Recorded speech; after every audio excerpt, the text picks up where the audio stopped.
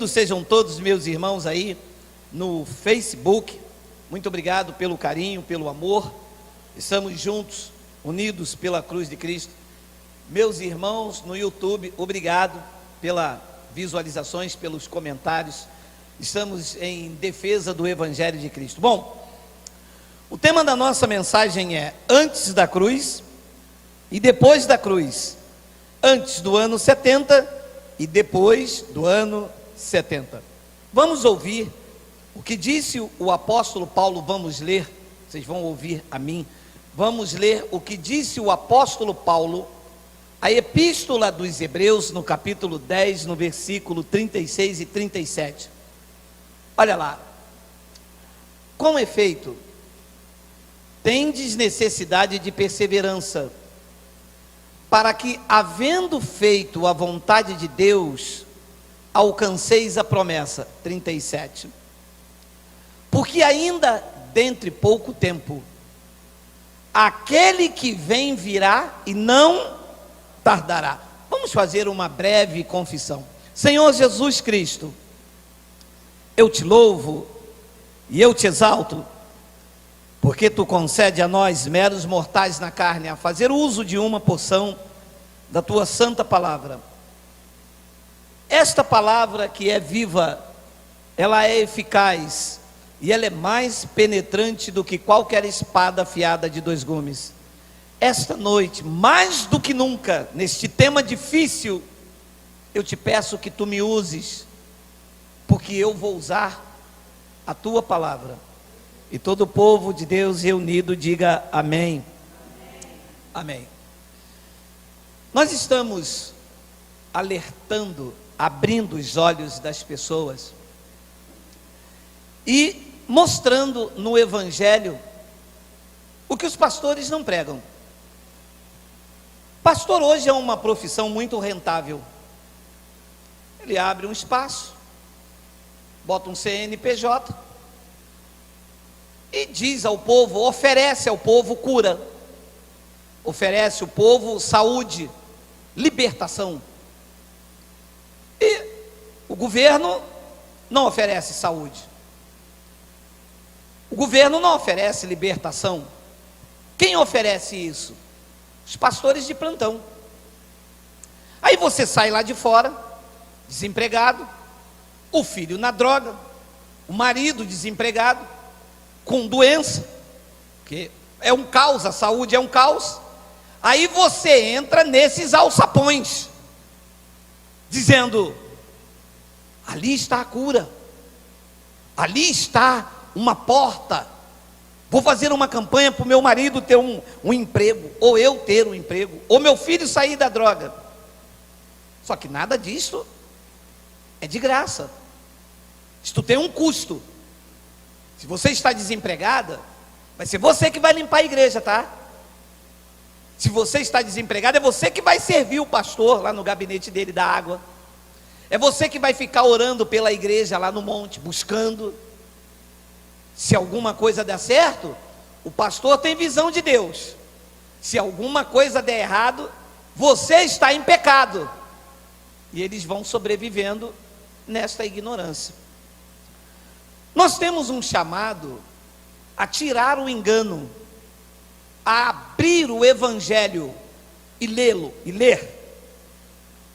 Não aceite nada do meu pensamento, senão eu posso manipular você, como você já foi manipulado. Tem que abrir o Novo Testamento.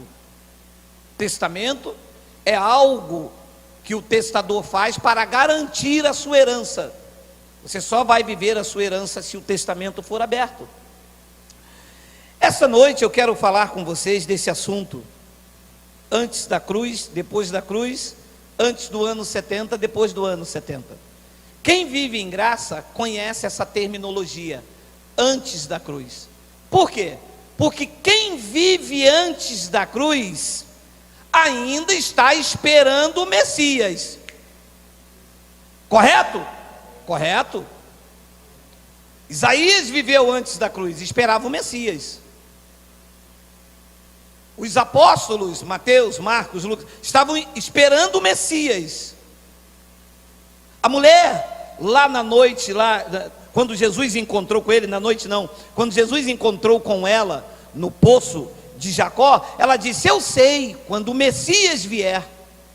Então quem vive antes da cruz está esperando o Messias, as promessas se concretizarem, e ainda estão vivendo de religiosidade. Por exemplo, batismo nas águas era antes da cruz. Por quê? O Messias não tinha vindo ainda a batizar com o Espírito Santo. Então, grande parte da igreja está vivendo antes da cruz. Antes da cruz tem jejum. Quando você pega alguém que vive antes da cruz, ela diz assim para você: ué, mas não está na Bíblia que tem que fazer jejum? Não, está antes da cruz. Depois da cruz o Messias veio, ele jejuou no meu lugar. Ué, mas não está na Bíblia que tem que dar dízimo? Não, tem que dar dízimo antes da cruz, era a lei de Moisés. Depois da cruz é a graça. E eu vivo agora antes da cruz ou depois da cruz? Eu vivo depois da cruz. Antes da cruz, todos eram pecadores. Depois da cruz, os eleitos foram perdoados, justificados por graça. Então, quando eu nasci, eu já nasci reconciliado, perdoado, justificado, porque eu nasci depois da cruz. O que os lindos pastores fazem? Levam você para antes da cruz e te apresentam você pecador, miserável, e mostra isso onde? Antes da cruz. Mas eu não vivo antes da cruz. Um outro exemplo foi quando Davi disse assim, ó: em pecado me concebeu a minha mãe. Davi disse isso. Claro, porque Davi nasceu antes da cruz. Então, quando Davi nasceu, o pecado não tinha sido aniquilado por Cristo. O sangue não havia sido derramado por Davi, certo?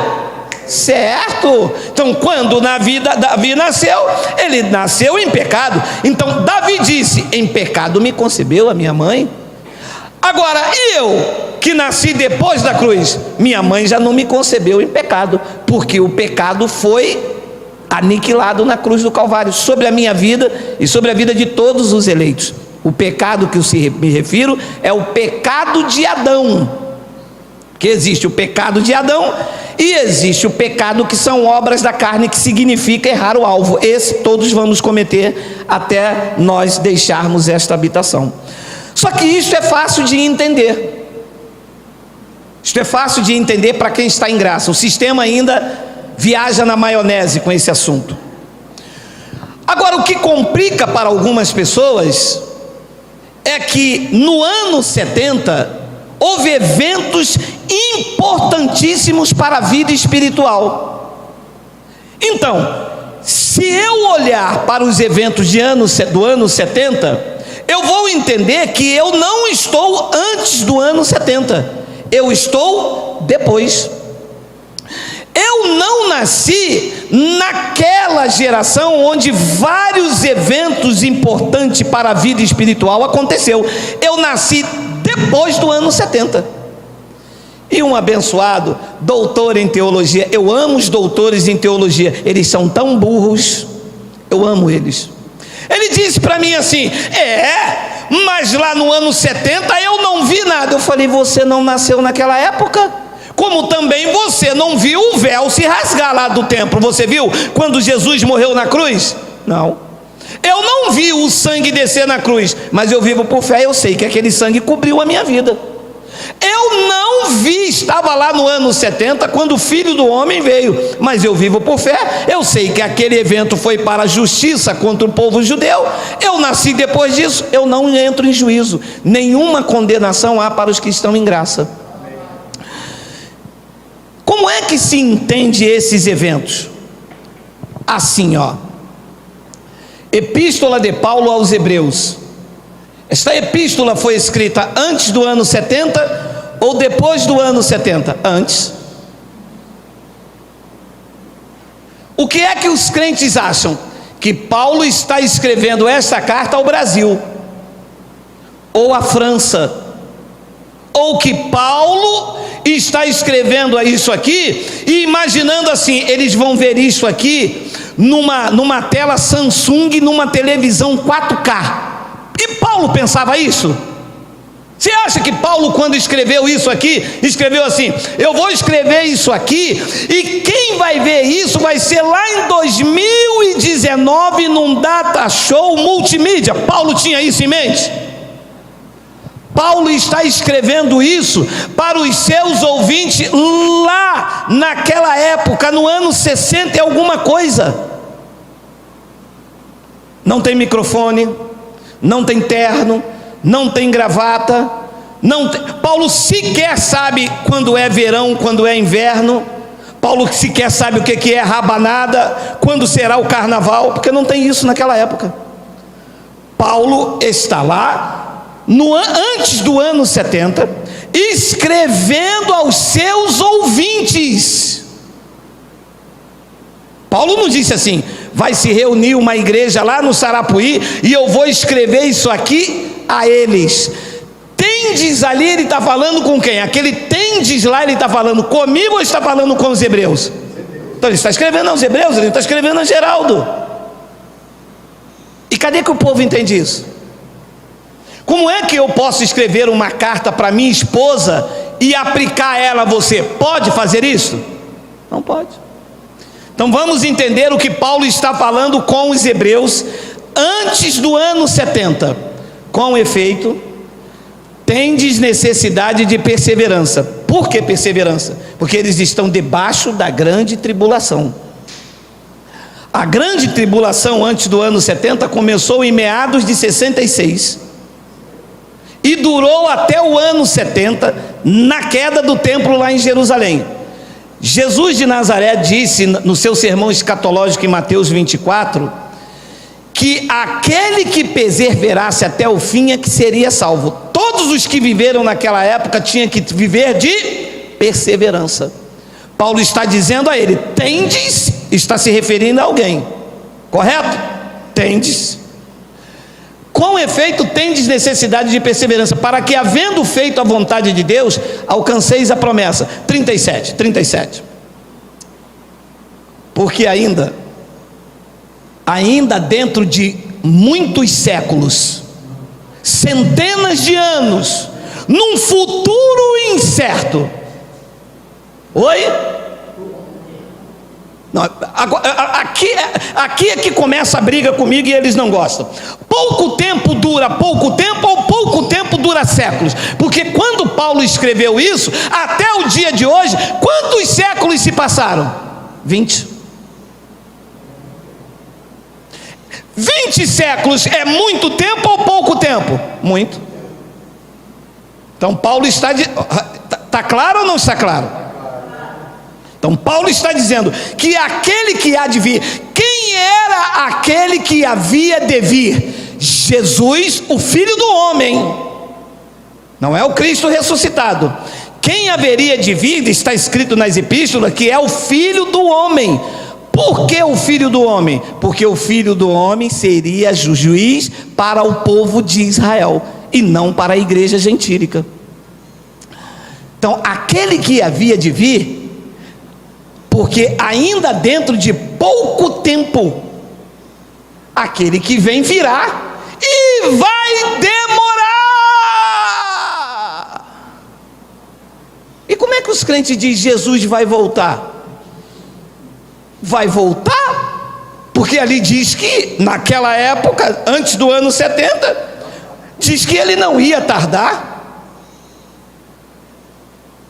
Agora, se ele escreve isso no ano 2015, aí eu estou alerta. Porque 2015, eu estou 2019, não vai tardar. Pode ser hoje, pode ser amanhã, 2020. Também não vai demorar no ano 3050, porque aí também a palavra tardará já perde o efeito. Você consegue entender isso, meu amado? Porque está claro para mim demais. Então, o que está acontecendo aqui? Ele está escrevendo antes do ano 70. No ano 70 ele veio como ele prometeu em Mateus 24. Tardou? Não, chegou rápido. Então, a igreja não consegue entender isto, sabe por quê? Porque a igreja não foi ensinada a ler.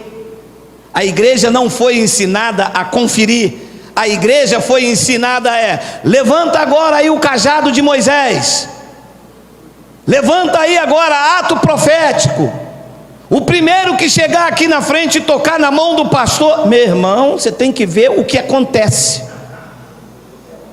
Mas o povo não foi chamado a examinar isto que eu estou te mostrando.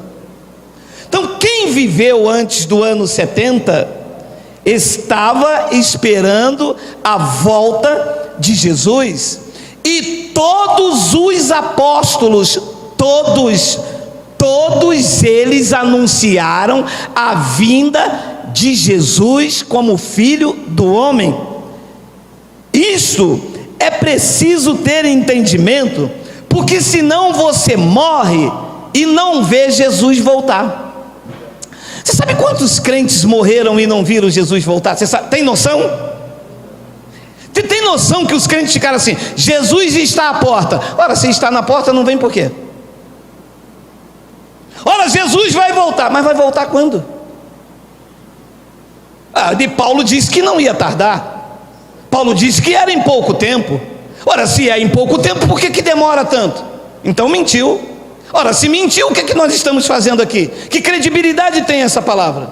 É porque essa palavra é verdadeira. O pouco tempo ali durou até ele vir no ano 70. E aí então começa aquelas perguntas: se Jesus veio, o que eu estou fazendo aqui? Ora, se Jesus morreu na cruz lá no ano 33, o que nós estamos fazendo aqui? Então, meu amado, é preciso ter muito discernimento, sabedoria, silenciar o coração, ter humildade e mergulhar nas revelações. Olha o que diz Mateus capítulo 24, versículo 6, vamos ler até o 14.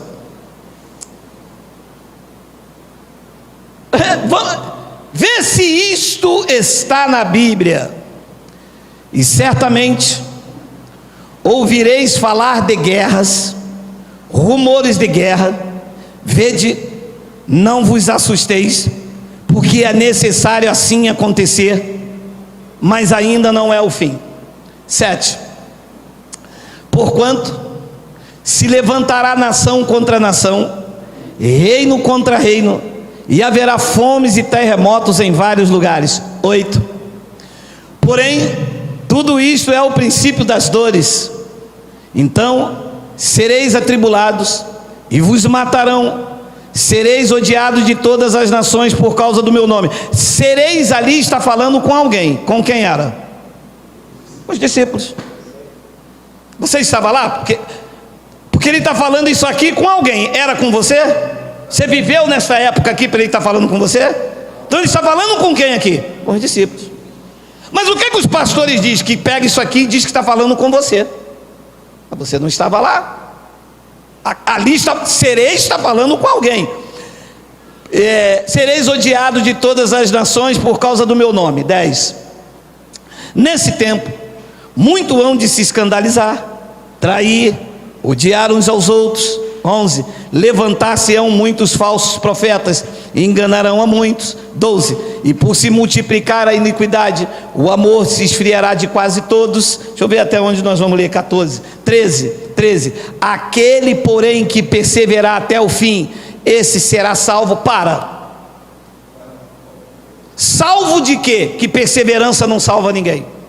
A salvação é por graça ou por perseverança? Então, perseverança não salva ninguém. Então, esta salvação era de quê? Da tribulação que eles estavam passando, da guerra, da nação que se levantou lá no ano 70, quando Nero perseguiu os cristãos, crucificou Pedro de cabeça para baixo, decapitou Paulo em Roma. Era esta a grande tribulação, e quem perseverasse seria salvo de tudo aquilo. Aí o pastor vem aqui e prega assim: olha, está escrito que quem perseverar até o fim será salvo. Salvação não é por perseverança, salvação é por graça. Então está salvo ali de tudo isso que ele está falando. Mas olha o que diz o 14: e será pregado este evangelho do reino por todo o mundo, para testemunho a todas as nações, e então virá o fim. Então, o fim daquela geração tinha que acabar, porque toda geração começa e acaba. Aquela geração em que Jesus está vivendo lá, que era a geração do ano 70, ele viveu até o ano 33 da era cristã, aquela geração ia acabar. Mas para aquela geração acabar, o que é que tinha que acontecer também? O evangelho ser pregado. Então, os apóstolos foram por todo o mundo de então, porque não havia Brasil, não havia Canadá, o mundo ali compreendia Roma e a Judéia e as cidades circunvizinhas. Esse povo ali que compreendia aquele mundo tinha que ouvir o evangelho. Quem é que ia pregar? Pedro, Tiago, João e Paulo. Pedro, Tiago e João foram para os judeus, com a linguagem dos judeus, e Paulo foi para os gentios. Olha o que disse Pedro, 1 de Pedro 4,17. Porque a ocasião de começar o juízo pela casa de Deus é chegada. É chegada ou vai demorar, Pedro? É chegada. E que ano Pedro está falando isso? Antes de 70 ou depois do ano 70 para a gente esperar essa chegada? Antes do ano 70. Pedro disse: é chegada. Agora, essa casa de Deus em que Pedro, como os judeus, diz é quem? Não era o templo lá em Jerusalém, que era a casa de Deus? Sim. Se essa palavra é para o dia de hoje, cadê o templo de Deus construído aí? Não tem. Tem? Tem. O templo de Deus hoje é quem? Somos nós.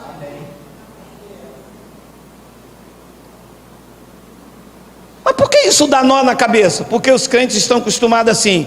Quem fez a campanha de Daniel? Quem fez o jejum aqui? Irmão, quem aqui foi o monte? Quem está no azeite essa noite? Quem está no azeite? Quem é o reteté de rabo fogo? Quem é? Não, os crentes estão acostumados com isso. Mas quando você leva ele para dentro disso aqui, dá um nó na cabeça, a cabeça pira. Olha. Porque a ocasião de começar o juízo pela casa de Deus, o juízo tinha que começar pelo templo lá em Jerusalém. A casa de Deus ali que Pedro está dizendo é o templo lá em Jerusalém, aonde ele está vivendo naquela época.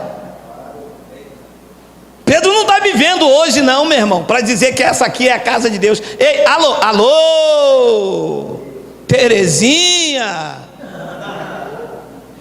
este lugar não é a casa de Deus. As igrejas que vocês fazem de pedra não é casa de Deus. As sinagogas de vocês não é a casa de Deus. As congregações de vocês não é a casa de Deus. A casa de Deus são vidas compradas por Cristo. Essa é a verdade. Não, porque nós entramos agora na casa de Deus. Aí aplica essa passagem. A casa de Deus em que Pedro se refere antes do ano 70 era o templo em Jerusalém que ainda estava de pé. E ele diz que o juízo pela casa de Deus é chegada. Ora, se primeiro vem por nós, ele se colocou, ele estava vivo então, né? Se primeiro vem por nós, qual será o fim daqueles que não obedecem ao evangelho de Deus? 18, tem 18. E se é com dificuldade que o justo é salvo, onde vai comparecer sim o ímpio, o pecador? Era Pedro pregando antes do ano 70 que o juízo, que o Filho do Homem viria como juízo, estava anunciando aos judeus que ele estava vindo. A mesma coisa fez Tiago capítulo 5, versículo 8 e 9, olha lá. Olha aí. Sede vós também pacientes, e fortalecei o vosso coração, pois a vinda do Senhor vai demorar mais de 20 séculos. Ora, se Tiago está escrevendo isso antes do ano 70, todas as cartas do Novo Testamento estão antes do ano 70, tá? Nenhuma foi escrita ontem, em 2015, nem em 2010, tá? Porque a escola dominical não ensinou isso, ensinou? Não, porque a gente lê como se parece que foi escrito semana passada e vai se cumprir agora. Não, a carta mais recente foi escrita em 68. Então Tiago, quando escreveu isso antes do ano 70, disse que a vinda do Senhor ia demorar mais de 20 séculos, como já se passou do escrito dessa carta, ou ela estava próxima? Próxima quer dizer algo que está muito distante ou que está bem perto de mim. Então, naquela época, a vinda do Senhor estava bem próxima. Depois ele diz no versículo de número 9, olha lá: irmãos, não vos queixeis um dos outros, para não serdes julgados. Eis que o juiz está às portas, porque ele viria como juiz para julgar o povo de Israel. Mas nunca me ensinaram isto, porque se preocuparam com o meu bolso, se preocuparam em me prender dentro da igreja, de me colocar medo. Jesus está voltando, hein?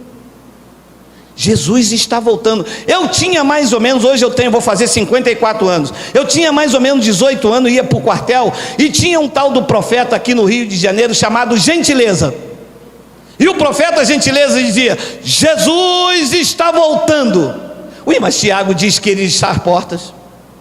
Tiago diz que está próximo, e já se passaram 30 anos.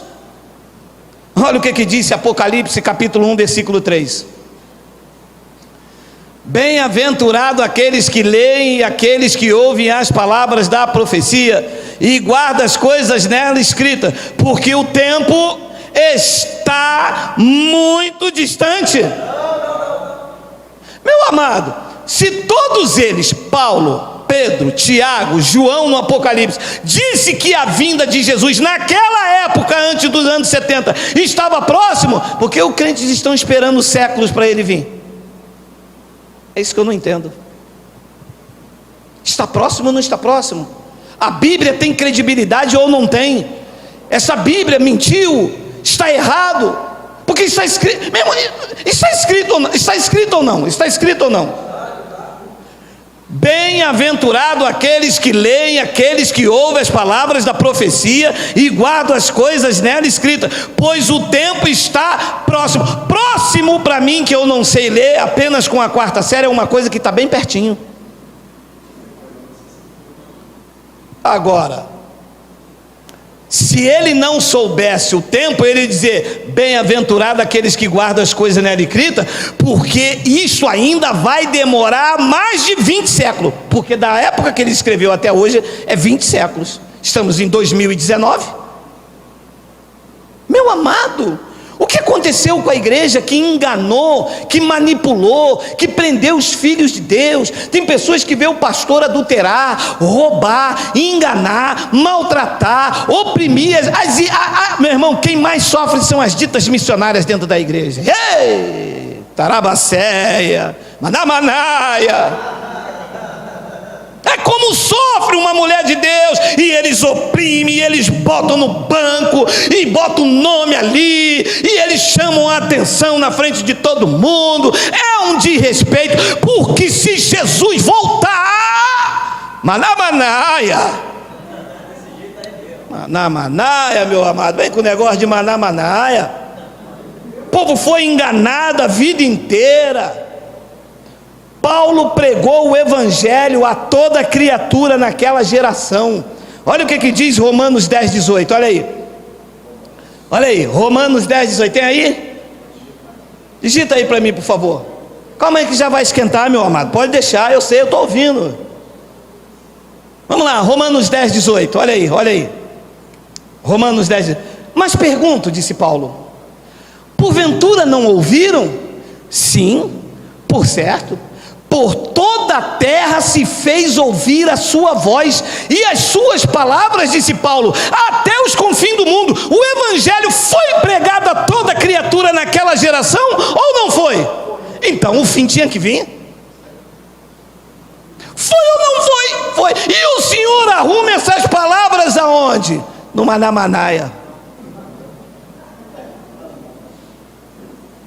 Jesus disse: este evangelho do reino será pregado a todo mundo, e quando ele for pregado a todo mundo, o fim virá. Paulo disse: sim, por certo, por toda a terra se fez ouvir a sua voz, e as suas palavras até os confins do mundo. Antes do ano 70, todos ouviram o evangelho, porque o fim tinha que vir.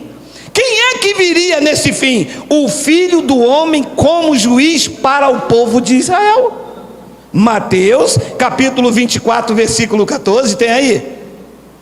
Olha lá, olha lá, em linha com o que Paulo disse, olha lá: e será pregado este evangelho do reino por todo o mundo, para testemunha a todas as nações, então virá o fim. Atos capítulo 9, versículo de número 15, olha quem ajudou a levar esse evangelho naquela geração: mas o Senhor lhe disse: vai,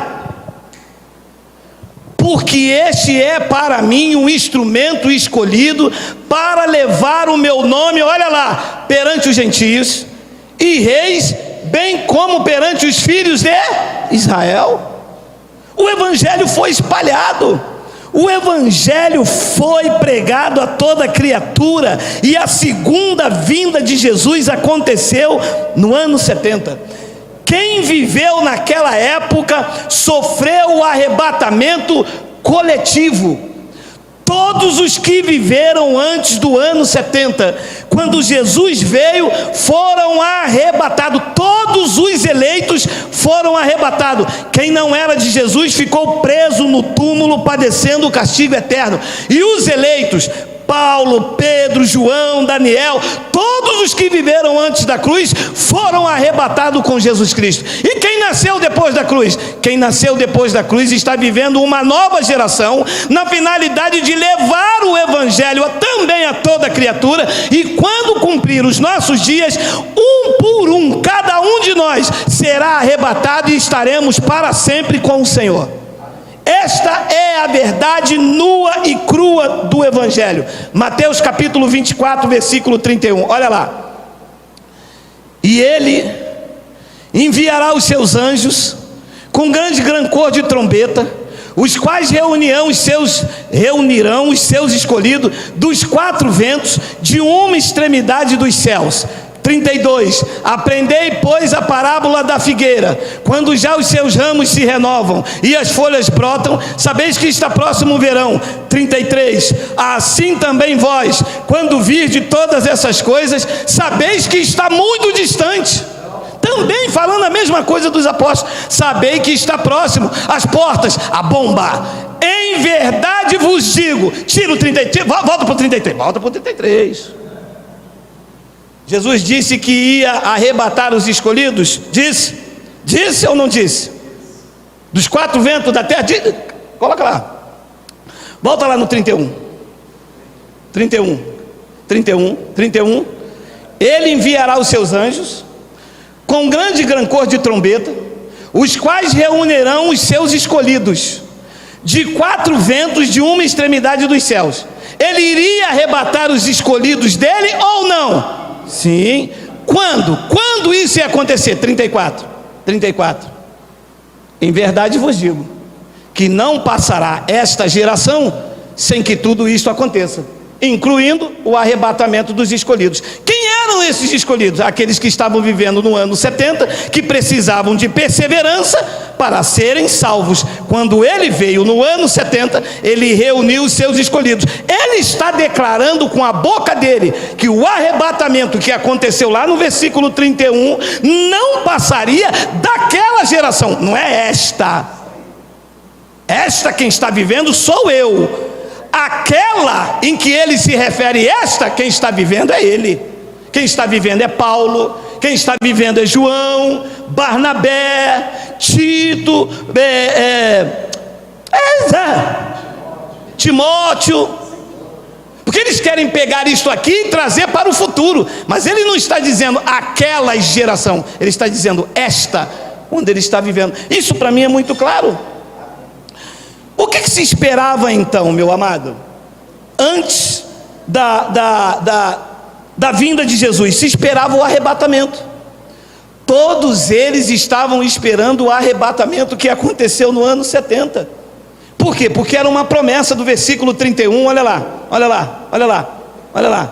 rápido, está passando a hora.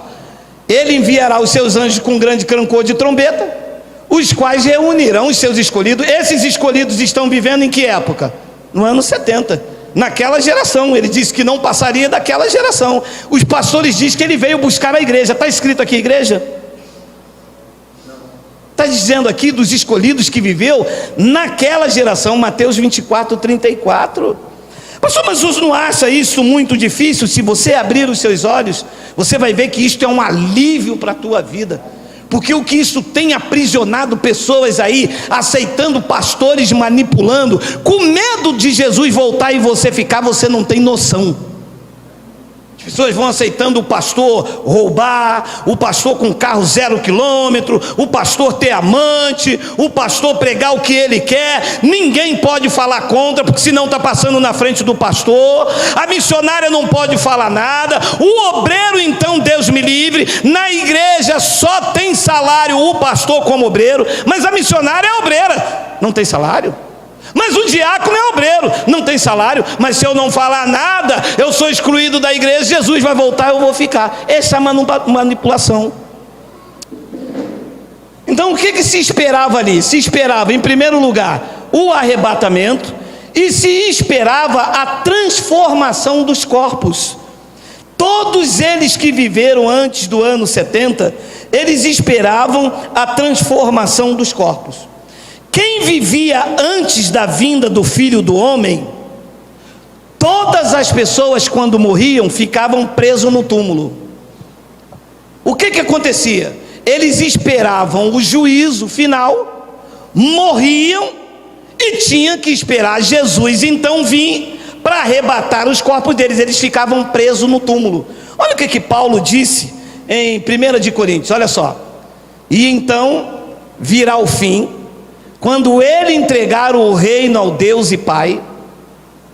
E eu vou pregar sobre isso. Você vê que dá a entender então que Jesus é filho de Deus, e a graça de Deus acredita que Cristo é o próprio Deus.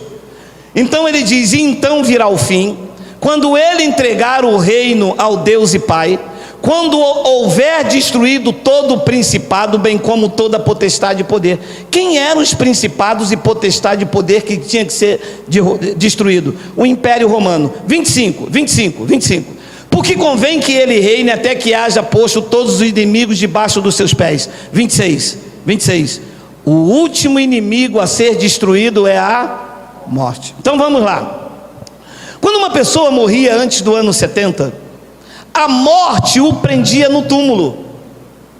Ele ficava retido no túmulo com o seu espírito, com o seu corpo, esperando Jesus voltar para reivindicar os espíritos de quem era salvo. Acontecia isso com todo mundo. Aconteceu com Moisés, aconteceu com Davi, aconteceu com todos os eleitos que viviam naquela época. Era necessário Jesus voltar, julgar Israel, e os espíritos dos eleitos que estavam no túmulo tinham que sair e ser arrebatado. Como eles estavam aguardando a vinda, tanto os vivos como os mortos, o arrebatamento foi coletivo. Olha só, eu vou ler e vou te explicar no versículo 27. Está aí no 27, está. Porque todas as coisas sujeitou debaixo dos pés. E quando diz que todas as coisas lhe estão sujeitas, certamente exclui aquele que tudo lhe subordinou. 28. Quando, porém, todas as coisas lhe estiverem sujeitas, então o próprio Filho também se sujeitará àquele que todas as coisas lhe sujeitou, para que Deus seja em tudo. Então, esta manifestação da vinda do Filho do Homem iria terminar quando Jesus viesse. Ele iria deixar de ser Filho do Homem e iria então voltar a ser o Deus bendito sobre todos. Quando Jesus ressuscitou, lá naquela cruz, aconteceu um evento que aconteceu no ano 70, Mateus 27, 50 ao 53. E Jesus, clamando outra vez com grande voz, entregou o Espírito. Eis que o véu do santuário se rasgou em duas partes, de alto a baixo. Tremeu a terra, fenderam-se as rochas. 52. Abriram-se os sepulcros, e muitos corpos dos santos que dormiam ressuscitaram. 53. E eles saindo do sepulcro, olha o que aconteceu. E saindo do sepulcro, depois da ressurreição de Jesus, diz que os mortos que estavam no túmulo entraram na cidade santa e apareceram a muitos. Meu Deus! Você está entendendo isso aqui? Você já viu? Você já leu isso aqui alguma vez na sua vida? Todo mundo morreu, ficaram enterrados, ninguém subiu ao céu, não tem ninguém no céu. ficaram presos, seus espíritos dentro do túmulo. Quando Jesus ressuscitou, quem estava no túmulo ressuscitou com ele também. Diz que eles tiveram o corpo glorificado e foram ver a sua família. Você imagina o que aconteceu aqui? Volta lá ao versículo 52. Abriram-se os sepulcros, e muitos corpos de santos que dormiam. Diz que os corpos ressuscitaram. 53. E saindo dos sepulcros. Meu amado, esta é a única passagem da Bíblia que fala isso. Diz que depois da ressurreição de Jesus, eles entraram na cidade santa e apareceram a muitos. Como a lei continuava, porque o templo estava de pé, então a morte prevalecia, porque a lei era um ministério de condenação e morte. Então quem ia morrendo e não acompanhou esse evento, o corpo continuava no túmulo, porque a lei prevalecia, o templo estava de pé, e a lei era um ministério de condenação e morte. Mas quem estava no túmulo naquele evento da ressurreição, experimentou a transformação dos corpos, e levantaram do túmulo, e com o corpo glorificaram, foram ver a muitas pessoas. Quando é que este evento se repetiu de novo e de forma definitiva? Quando o templo em Jerusalém caiu, Jesus veio e reivindicou todos os corpos que estavam dormindo no túmulo, e de lá para cá a morte não prevalece mais, porque o templo não está de pé. Hoje qualquer um eleito, quando morre, ele não fica no túmulo, o pó volta à terra e o espírito imediatamente volta a Deus. Este foi o benefício da vinda de Cristo. Se isso não tivesse acontecido, eu ia morrer e o meu espírito ficar dormindo no túmulo, esperando não sei quanto tempo um Jesus voltar, como ele veio no ano 70. Se eu morrer aqui agora, o meu espírito vai direto para Deus, e o pó fica no túmulo. Se eu morresse antes do ano 70, eu iria ficar preso no túmulo esperando ele voltar. Paulo explicou isso em 1 de Coríntios 15, olha lá, versículo 51. Olha lá, olha lá, olha lá. Paulo está escrevendo antes do ano 70 ou depois do ano 70? Então eles não viveram aquele evento da transformação do corpo. Olha o que Paulo diz: eis que vos digo um mistério, nem todos dormiremos, mas transformados seremos todos. Qual foi essa transformação? A transformação dos corpos, daqueles que experimentaram na ressurreição de Jesus, levantaram do túmulo e apareceram a muitos com um corpo glorificado, porque não poderia ser no mesmo corpo, porque senão seria a reencarnação. Então ele disse: eis que eu vos digo um mistério. Mas ele não está falando comigo nem com você, porque nós não vivemos naquela época ali. Ele está falando com os seus ouvintes lá na cidade de Corinto, e é muito bom aprender isto. Eu não estou falando com o Zaire, com a França, eu estou falando com vocês reunidos como igreja. Paulo sequer sabia que nós estaríamos reunidos aqui esta noite. Paulo sequer sabia que o Brasil ia ser descoberto. Paulo sequer sabia que suas epístolas virariam uma coletânea. Paulo está falando com os seus ouvintes para que eles aprendessem o que estava por vir a qualquer momento naquela geração. Eis que vos digo um mistério: nem todos dormiremos, ficaremos retidos no túmulo, mas transformados seremos todos. Segura. Você já ouviu no meio pentecostal a pessoa dizer assim: a minha irmã dorme no Senhor? Que? A tua irmã faz o quê? Dorme. Como é dormir no Senhor? Como é que o espírito dorme? Como é que o espírito dorme? Não dorme. As pessoas pensam que lá no céu e está um corpo de carne lá, a visão é essa, tá? Dormindo lá no céu. Para quê? Bilhões de pessoas mortas lá no céu, para quê? Segundo eles, esperando Jesus voltar, para eles ressuscitar, para eles vir a essa terra, para depois ele destruir tudo, e para depois subir todo mundo de novo. Pô, mas que volta? No céu não tem ninguém dormindo, porque espírito não dorme. Espírito é ativo. Quem dormia era antes do ano 70. Do ano 70 para cá, os espíritos já estão lá. Aquela pessoa que morreu, que você pensa que o corpo dela está dormindo, o pó comeu aquela carne há muito tempo. O que está lá no céu, o espírito dela reinando com Cristo para a eternidade. E isso é que está lá no céu. Paulo diz: eis que vos digo um mistério, nem todos dormiremos, mas transformados seremos todos. 52, no momento, num abrir e fechar de olhos, ao ressoar a última trombeta, a trombeta soará, e os mortos ressuscitarão incorruptíveis, e nós aqui inclui quem? Nós aqui inclui quem? Paulo! Ou não? Essa palavra nós, quem está falando é Paulo. E nós seremos transformados. Paulo então pensou que ia viver esse evento, mas César decapitou a cabeça dele no ano 60, no ano 68, ou 67, porque Nero morreu em 68. Então quando ele diz nós, ele está se incluindo, mas ele não viu, ele morreu antes. Então eles pegam essa passagem aqui e acham que essa passagem é para o futuro, mas Paulo diz seremos. Seremos quer dizer Paulo, seus ouvintes e para quem a carta está sendo escrita, porque não posso estar nisso aqui, porque ele está escrevendo antes do ano 70.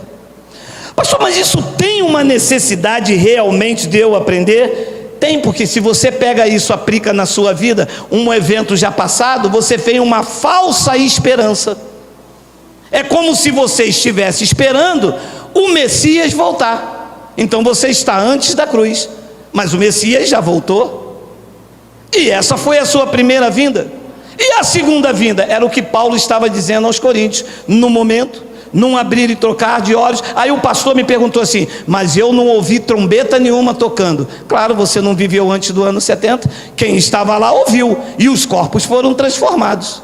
Quem estava lá naquela época, quando Jesus ressuscitou, viu que o véu se rasgou e eles saíram do templo. Depois Paulo diz no versículo de número 53, olha aí: porque é necessário que este corpo corruptível se revista da incorruptibilidade, e que o corpo mortal se revista da imortalidade. 54, e quando este corpo corruptível se revestir da incorruptibilidade, e o que é mortal se revestir de imortalidade, então se cumprirá a palavra que está escrita: tragada foi a morte pela vitória.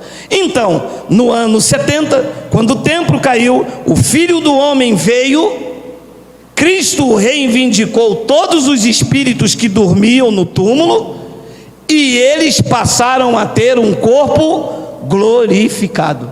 Porque Paulo chamava este corpo que eles teriam transformação de um corpo de humilhação. Filipenses 3, capítulo 20, versículo 20 e 21. Olha lá: pois a nossa pátria, disse Paulo, está nos céus, de onde também aguardamos o Salvador, o Senhor Jesus Cristo. 21, o qual, olha aí, transformará, porque o evento ali não chegou ainda, transformará o nosso corpo de humilhação para ser igual ao corpo da sua glória. Quando é que ele iria transformar o corpo de Paulo e dos filipenses? Quando ele viesse no ano 70.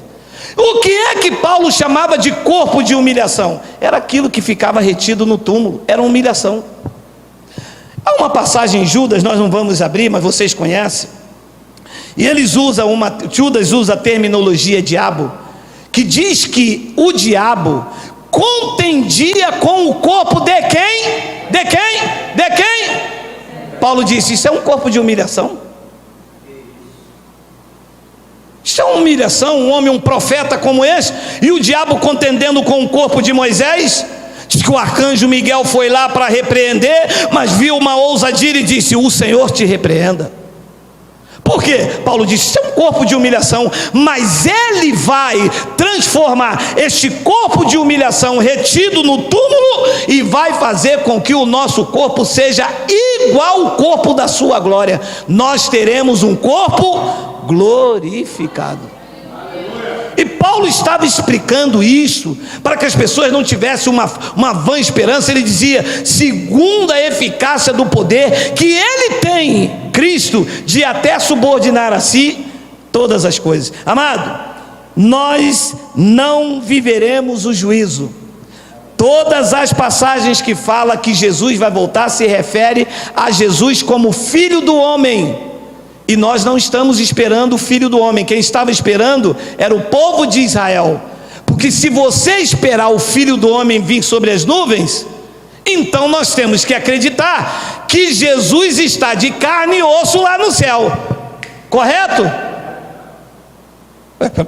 Como que você quer ver o Geraldo entrar domingo aqui? Então Geraldo tem que estar de carne e osso. Já perdemos alguns, ganhamos, né? Deixamos de ver, mas estão lá no trono, diante do trono. Como que você quer ver um irmão que faleceu 2 anos atrás entrar por aqui de carne e osso? Tem como? Como que Jesus ressuscitou? É Deus mesmo, está sentado no trono com o corpo glorificado, e eu vou ver Ele igual a Jesus de Nazaré. Isso não entra mais. Então todas as passagens que falam do Filho do Homem vindo, se refere a juízo com o povo de Israel. Nossos corpos serão transformados quando Ele vier buscar você.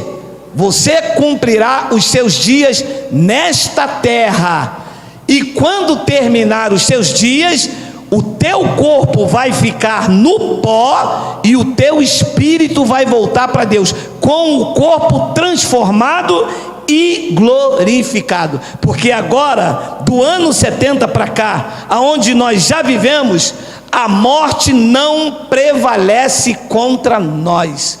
E ele explicou isso a Pedro. Olha lá, Mateus 16, 18, olha aí. Também eu te digo que tu és Pedro, e sobre esta pedra edificarei a minha igreja, e as portas do inferno. E inferno aqui do original é Hades, é Sheol, é mundo dos mortos. Diz que o mundo dos mortos que retinha os corpos não iria prevalecer contra ela, que é contra a igreja de Cristo. A morte hoje não prevalece contra mim nem contra você. Paulo disse que viver é lucro e o morrer é ganho. O crente que tem medo da morte é porque não tem convicção da sua salvação. Você não tem noção de o que te espera lá em cima. Sabe o que Paulo disse?